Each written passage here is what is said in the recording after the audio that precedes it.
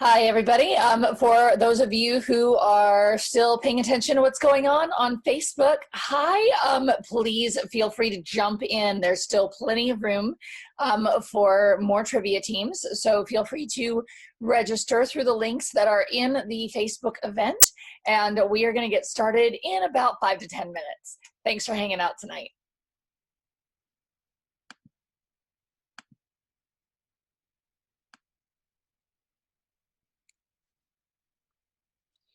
In the meantime, I hope you guys are ready to go because we're going to get started soon.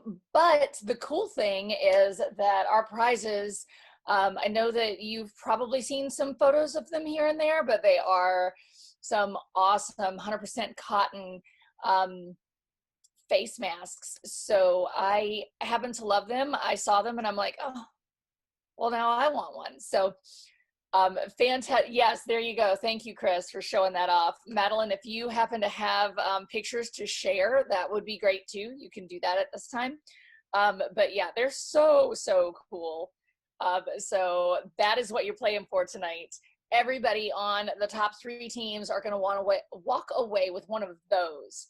So yeah, see, you've got Pretty Heart, Pretty Lungs. Like, I love it.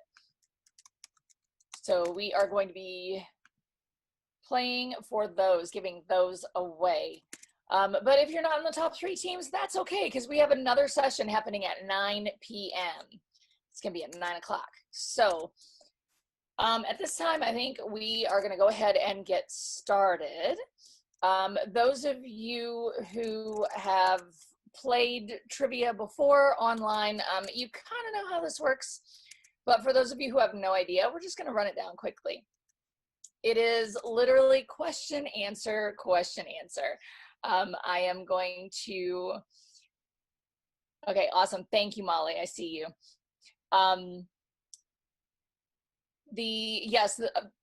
Thank you for clarifying, Evan. It is non-surgical. Those face masks are non-surgical.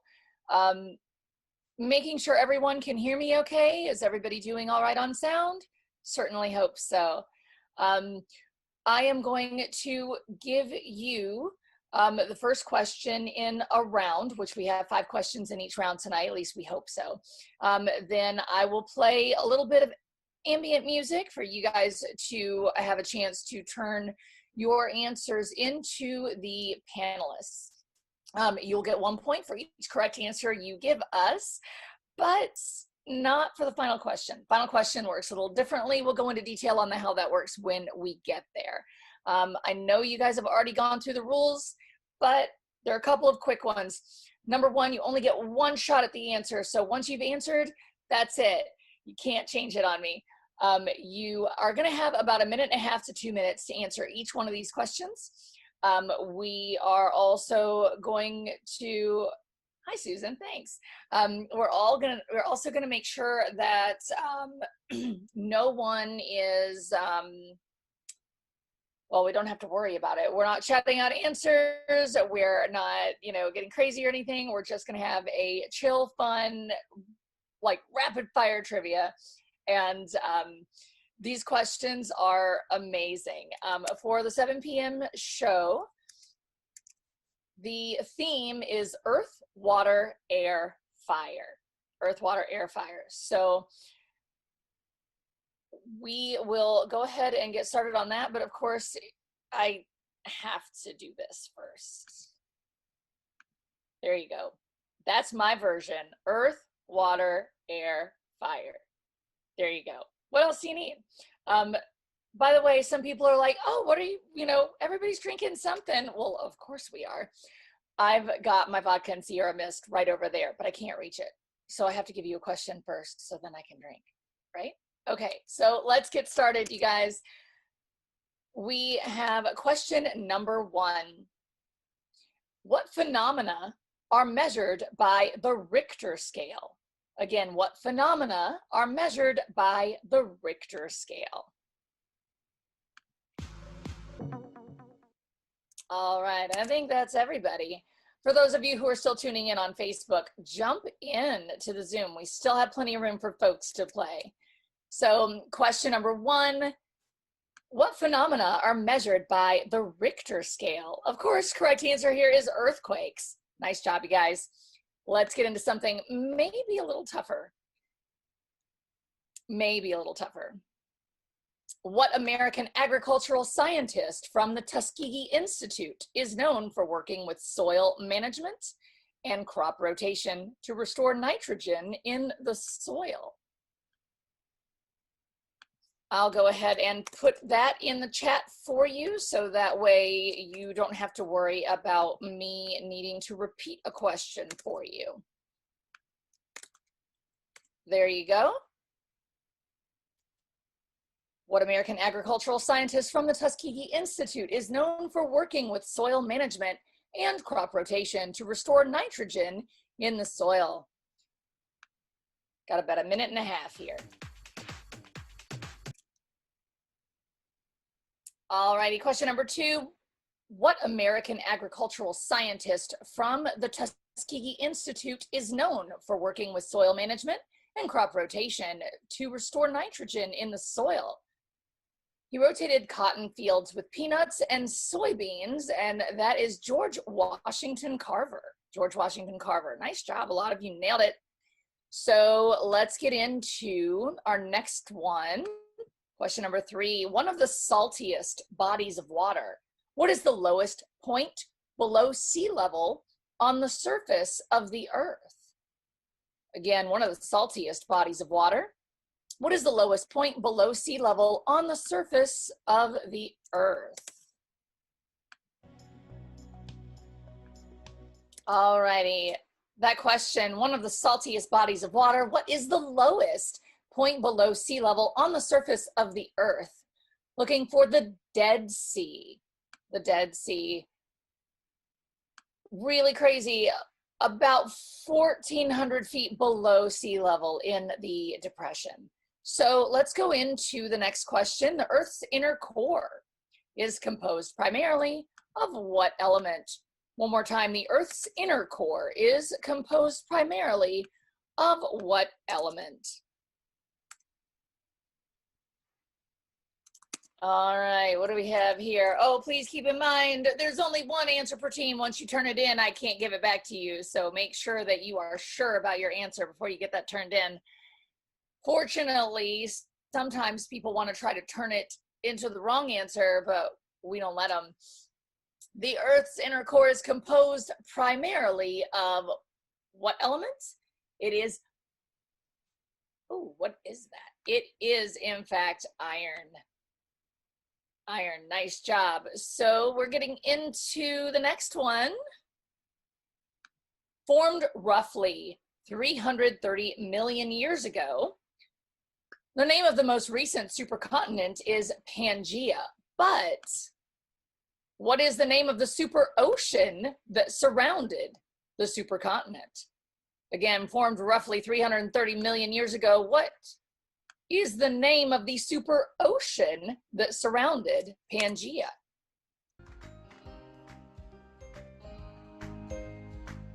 All right.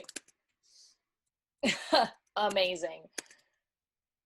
So the humor portion of the evening has started early, which I am completely good with.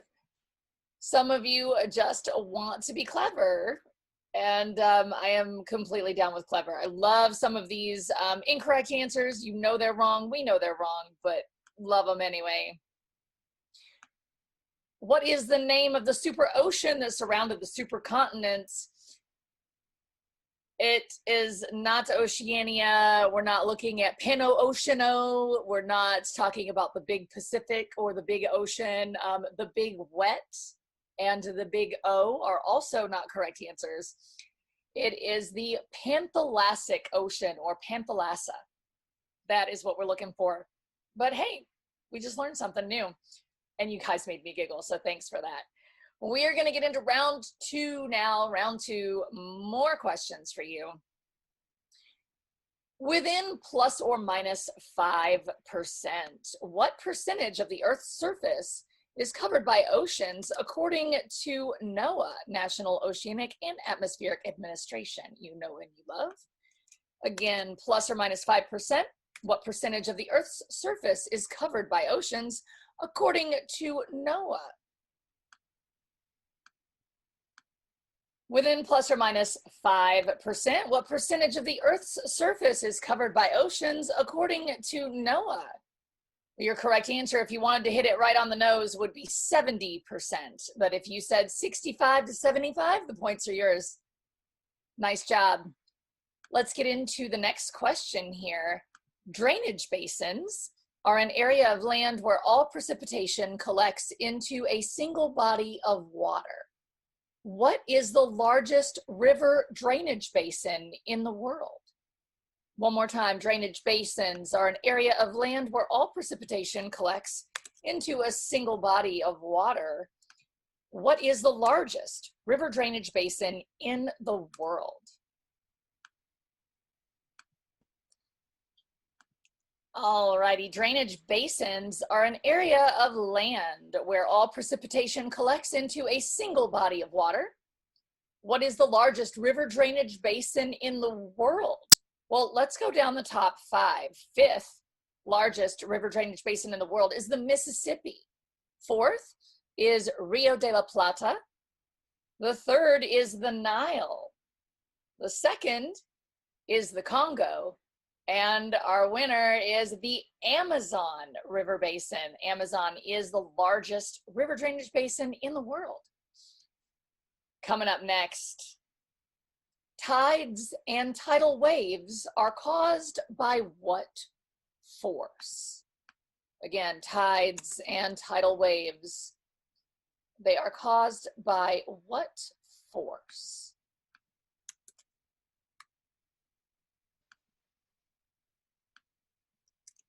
All right, quick shout out, real quick.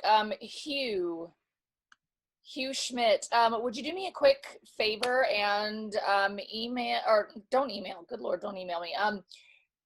Send us panelists a really quick message with your team name. That would be amazing. And if you didn't register, that's totally okay. I just want to make sure that I'm registering your answers.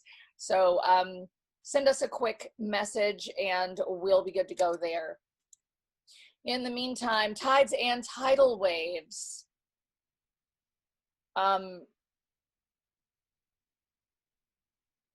Okay, tides and tidal waves are caused by what force? They are caused by gravity, the gravitational pull of both the moon and the sun. So obviously we're going to score a little bit lax on that one. If you knew what we were talking about and I know what you're talking about, then great, the point is yours. Oh, that's odd. Hopefully, I just heard from someone that they can't hear me. I'm hoping that, oh, okay, good, now you can. Yay. We're gonna keep going if that's all right with you guys. Rapid fire is, we are definitely running behind schedules. So the only ocean current that makes an uninterrupted circle around the entire Earth without hitting land is named after what land mass? I'll do that one more time. The only ocean current that makes an uninterrupted circle around the entire Earth without hitting land is named after what land mass? The only ocean current that makes an uninterrupted circle around the entire Earth without hitting land is named after what land mass? It is Antarctica. Antarctic circumpolar current, or the west wind drift. So Antarctica is the answer we're looking for here. I'm gonna give you guys one more question and then we're gonna get into the final. Who is the first woman to reach the opposite pole of that landmass? So Antarctica. Who is the first woman to reach the opposite pole of Antarctica?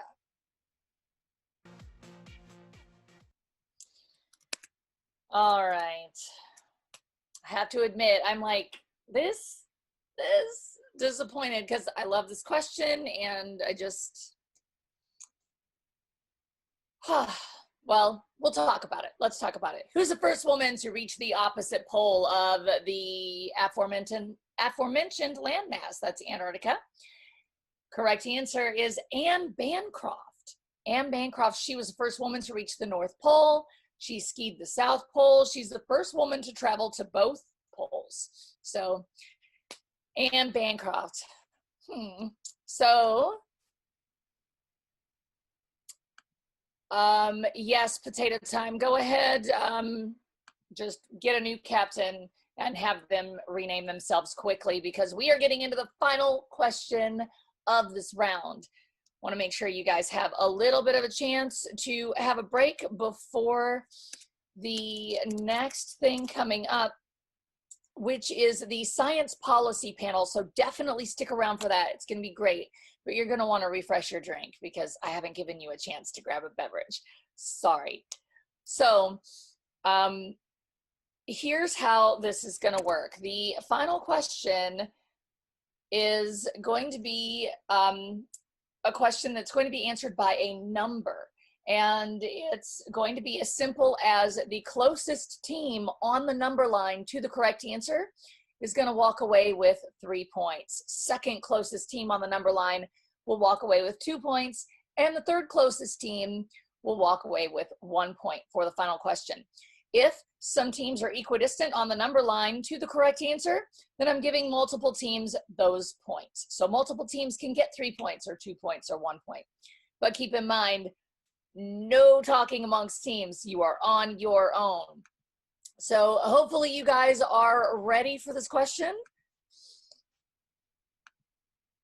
Using the Kármán line, 100 kilometers, as the definition of space, not the US Air Force's definition of 80 kilometers, how many people have been in space as of July 2020, according to FAI criteria, also known as the World Air Sports Federation?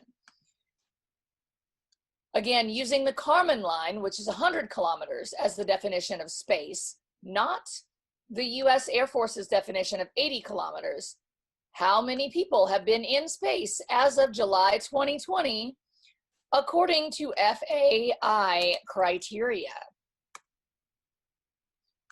Giving you guys 3 minutes for this one, 3 minutes to talk it out.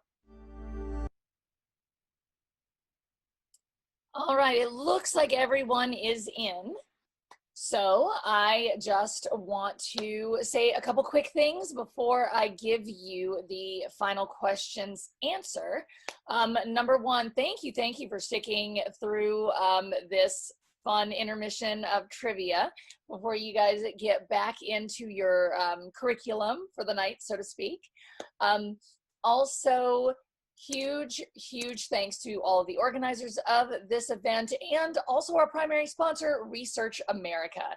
So glad to be here and so glad that you guys are having fun, hanging out, drinking at home, but doing something with your brains at the same time.